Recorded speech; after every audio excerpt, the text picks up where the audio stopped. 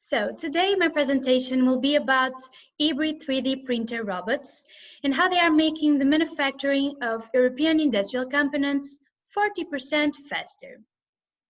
And so this is an EU-funded project named Kraken, and it was developed by European scientists, and it basically consists in a hybrid between a robot and a 3D printer.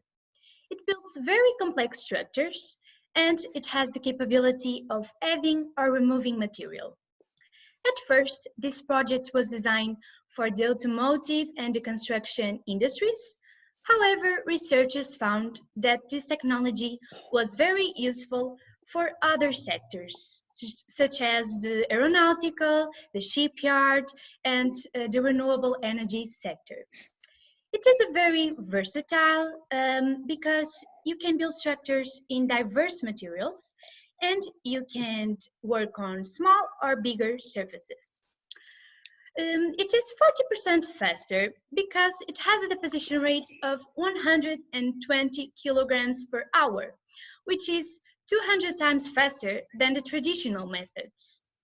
And in addition, it is tested to be 25% more productive than the other ones because it has a real-time path programming that controls the motion of the robots, and it has a real-time geometry inspection that makes sure that any mistakes are tested earlier, and so we can reduce material waste.